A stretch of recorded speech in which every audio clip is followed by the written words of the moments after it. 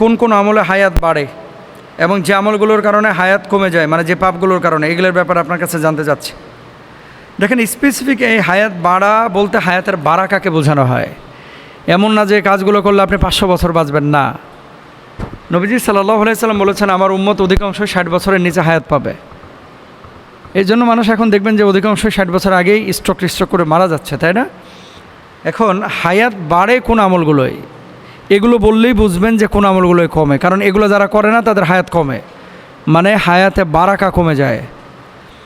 অনেকে দেখবেন 22 বছর, 24 বছর, 30 বছর হায়াত পেয়ে এত বেশি কাজ করছে যে কাজগুলো একজন মানুষ 100 বছর হায়াত পেয়েও করতে পারে না। এটা বারাকা।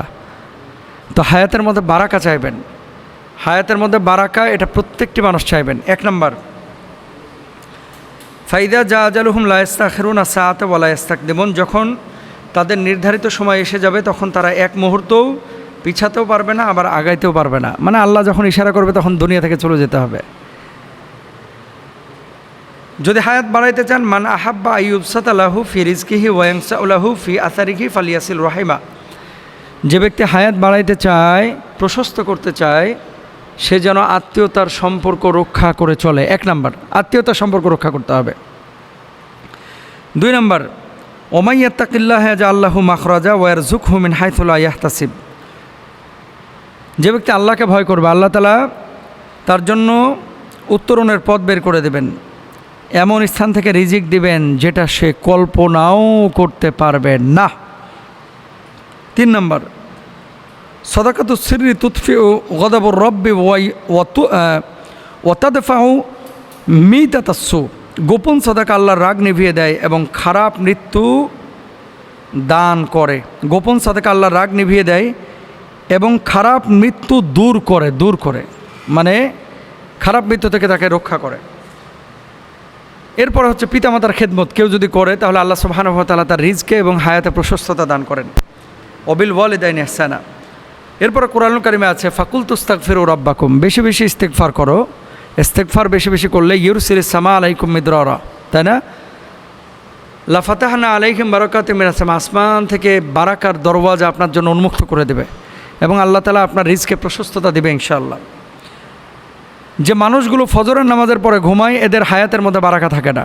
এজন্য ফজরের নামাজের পরে ঘুমানো চেষ্টা করবেন না, ঘুমাবেন রাত্রে। রাতটাকে আল্লাহ তাআলা দিয়েছেন বিশ্রামের জন্য, ঘুমানোর জন্য, দিনকে দিয়েছেন কাজের জন্য।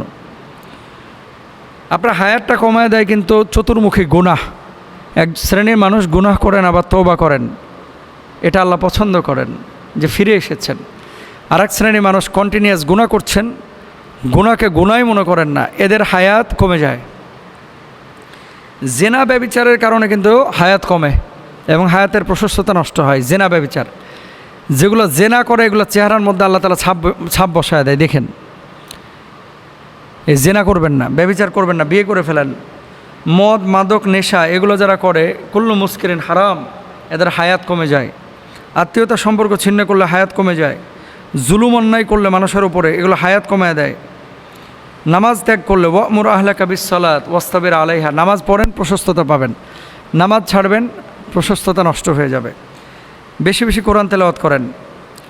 আর হায়াতের বারাকাটা কি? খয়রুন নাসি মান তালা উমরুহু ওয়া হুসনা আমালু, সর্বোত্তম মানুষ তো সেই যার আয়ু দীর্ঘ এবং আমল উত্তম।